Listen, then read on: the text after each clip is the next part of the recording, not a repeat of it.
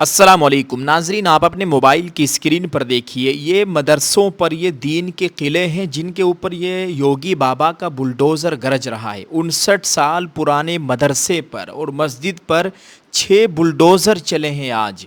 आपको बताएं कि आज 18 अगस्त 2026 है। इस खबर को आपको ज़रूर देखना है। रिपोर्ट के मुताबिक उत्तर प्रदेश के सिद्धार्थ नगर में 59 साल पुराने अरबिया ज़ियाउल उलूम मदरसे पर इंतज़ामिया ने बड़ा बुलडोज़र एक्शन लिया है। 6 बुलडोज़र और तकरीबन 100 पुलिस एहलकारों की मौजूदगी में मदरसे के एक हिस्से और मस्जिद के कुछ हिस्से समेत मुतअद्दिद तामीरात को मुनहदिम कर दिया गया है। आप अपने मोबाइल की स्क्रीन पर इस मंजर को देख सकते हैं। इंतज़ामिया के मुताबिक ये तामीरात ग्राम सभा की सरकारी ज़मीन जो रिकॉर्ड में खेल के मैदान के तौर पर दर्ज है उस पर बनी थी।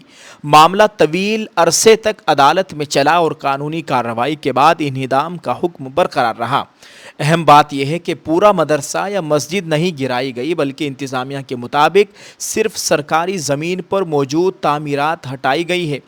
59 साल पुराना मदरसा, 6 बुलडोज़र, आज का ये बड़ा एक्शन, इस वक्त खूब सवालात उठ रहे हैं।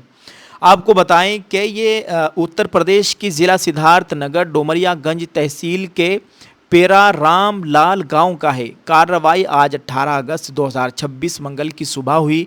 इंतज़ामिया ने तकरीबन 6 बुलडोज़र और तकरीबन 100 पुलिस एहलकारों की मौजूदगी में कार्रवाई की। दोस्तों, ये मदरसा इब्तिदा में 1938 में गांव के अंदर कायम हुआ था, जबकि 1967 में इसे बांसी डोमरियागंज रोड पर मुंतकिल किया गया। इसीलिए मौजूदा मकाम पर मदरसे की उम्र तकरीबन 59 साल बनती है। आपको ये भी बताएं कि इंतज़ामिया के मुताबिक पूरा कम्प्लेक्स तकरीबन 14,000 मुरब्बा फ़ीट ज़मीन पर बना हुआ था। सरकारी रिकॉर्ड में तकरीबन 5,000 मुरब्बा फ़ीट ज़मीन मदरसे के लिए दर्ज थी, जबकि तकरीबन 9,000 मुरब्बा फ़ीट ज़मीन खेल के मैदान के तौर पर सरकारी ज़मीन में दर्ज थी। इंतज़ामिया का इल्ज़ाम था कि मदरसा मस्जिद का एक हिस्सा इसी 9,000 मुरब्बा फ़ीट सरकारी ज़मीन पर बना हुआ है, जिसको आज बुलडोज़र के ज़रिए गिरा दिया गया है। इस बारे में आप क्या कहेंगे, कमेंट में ज़रूर लिखें। और एक अहम वीडियो SIR के ताल्लुक़ से आपके साथ शेयर कर रहे हैं जमीयत की जानिब से। आप इस वीडियो को भी देख लीजिए, वो क्या समझाने की और बताने की कोशिश कर रहे हैं। उम्मीद है आप इस वीडियो को देखेंगे और तमाम लोगों तक इस बात को पहुँचाने की कोशिश करेंगे। उत्तराखंड में SIR शुरू हुआ। सबसे पहले हमारे यहाँ 84 लाख वोटर थे। SIR शुरू होने से पहले कितने मतदाता थे भाई? 84 लाख। उन 84 लाख वोटरों में से 8 लाख वोटर ऐसे बाहर कर दिए गए जिनका इंतकाल हो गया, शादी हो गई, या दूसरे उनके यूपी में या पहाड़ में दो दो जगह वोट थे, तो 8 लाख वोटरों को पहले ही बाहर कर दिया गया। उसके बाद 19 लाख वोटर ऐसे हैं उत्तराखंड में जिनको नोटिस आया। आप लोगों के बहुत को आया होगा कि आपके फादर के नाम में गलती है, आपके मदर के नाम में गलती है, या आपकी जो उम्र है और आपके वालिद साहब की जो उम्र है वो 15 साल से कम हो रही है। आप और आपके जो बहन भाई हैं उनकी उम्र में 9 महीने से कम का अंतर है। ऐसे नोटिस बहुत से लोगों के पास आए। ये नोटिस आए 13 जुलाई से लेकर के 13 अगस्त तक, उन पर सुनवाई चल रही है। अस्सलामुअलैकुम। क्या आप सिर्फ 1499 रुपये में उम्रा करना चाहते हैं तो अपनी किस्मत ज़रूर आजमाएं। सिर्फ 1499 रुपये में आपको मिल रहा है एक मुकम्मल बुर्का हिजाब सेट, जिसमें बुर्का, हिजाब, नकाब, हाथों के दस्ताने, पैरों के मोज़े शामिल है और पूरे इंडिया में होम डिलीवरी बिल्कुल फ्री है।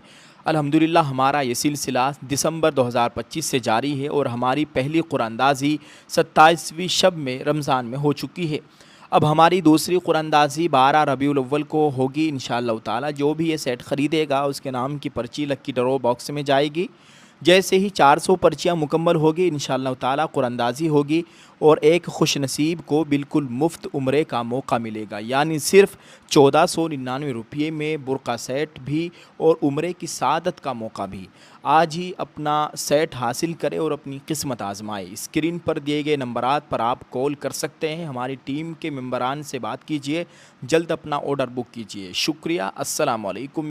एक नोटिस तो वो था कि जो हुकूमत की जानिब से आया कि आपके नाम में, आपके फादर के नाम में, या आपके ख़ानदान में, या आपके एड्रेस में, या आपकी तारीख़ पैदाइश में कोई गड़बड़ी है। वो नोटिस आपके पास आया हुकूमत की जानिब से, आपने उस नोटिस को कबूल किया, उसका निस्तारण कराया होगा, अपने बीएलओ के पास जाकर के जो कागज़ मांगे होंगे वो जमा कराए होंगे। वो तो काम अब कंप्लीट हो गया, मुकम्मल के करीब हो गया है वो तो हुकूमत का और आपका मामला था। एक दूसरा मामला है सियासी दलों का और आपका। मौजूदा हुकूमत आपको कई तरह से परेशान कर रही है।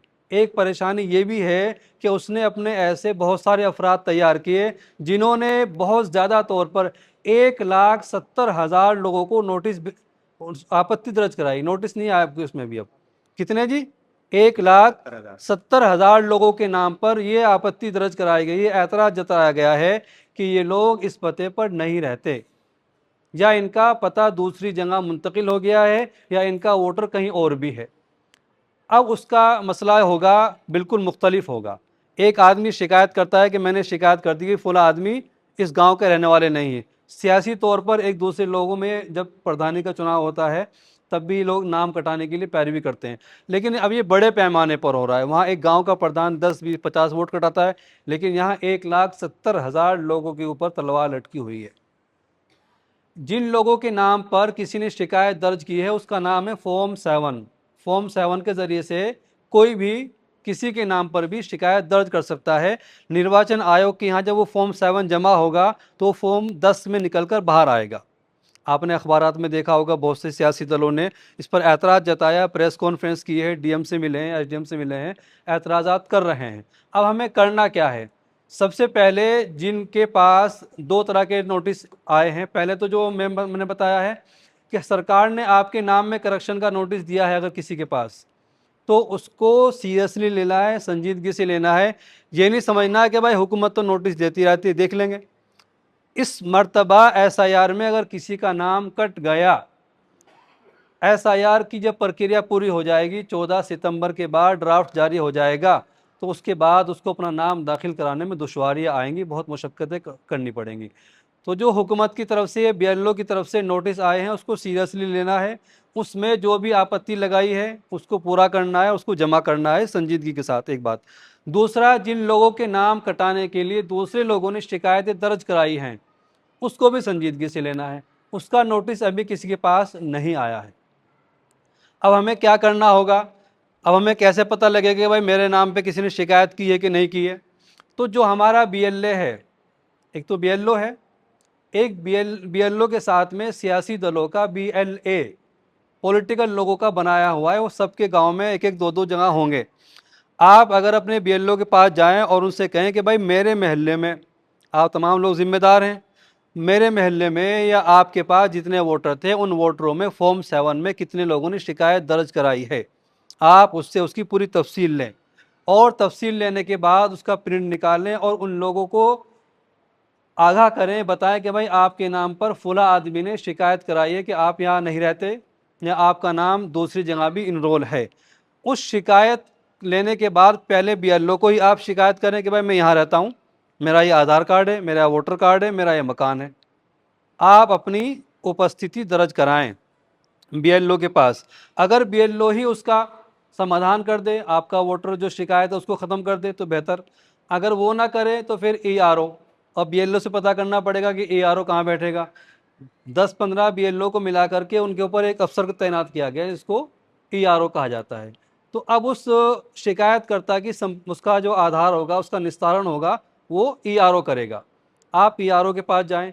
अगर ईआरओ भी नहीं कर रहा है तो फिर आपको अपने इलाके के एसडीएम से मिलना पड़ेगा, उन तमाम चीज़ों को लेकर के जो आपके खिलाफ शिकायत दर्ज की गई है।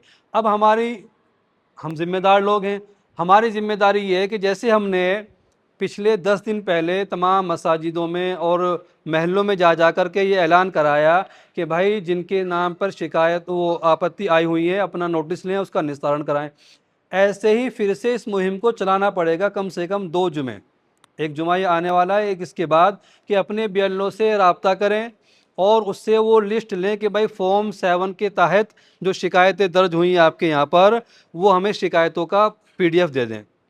वो बीएलओ के पास शिकायतें दर्ज होती हैं, उसके बाद पीडीएफ आ जाती है कि कितने लोगों की शिकायत आई है, और जिनके नाम पर शिकायत दर्ज की गई है उनको आगाह करें कि भाई अपने जा करके आप बीएलओ को, ईआरओ को या एसडीएम को इस बात का निस्तारण कराएं कि भाई मैं यहाँ मौजूद हूँ, यहाँ रहता हूँ, यहाँ मुकीम हूँ, मैं यहाँ से फरार नहीं हूँ, ना मेरा इंतकाल हुआ है, ना मेरी कहीं और मेरा वोट है। अगर हमने उस शिकायत का निस्तारण नहीं कराया, उसका समाधान नहीं कराया, तो वो एक तरफा भी कार्रवाई कर सकते हैं। शिकायतकर्ता को भी बुलाया जाएगा और जिसके खिलाफ शिकायत की गई उन दोनों को बुलाया जाएगा। लेकिन हमने जो उसमें तहकीकात की है, पॉलिटिकल पार्टीज़ बहुत सारे ऐसे लोगों को ऑनलाइन शिकायत करा रही है जिनका कोई अता पता नहीं है। लेकिन जब तक आपके नाम में शिकायत दर्ज रहेगी, आपका नाम वोटर लिस्ट में तो दिखता रहेगा, ज़ाहिर होगा, वो सामने आएगा। लेकिन ये होगा कि जब वोटर लिस्ट के बाद कार्ड आएगा वोट देने वाला, उस कार्ड वो आपका ना आए, या आइंदा होने वाले इंतखाबात में आपके नाम की पर्ची ना आए।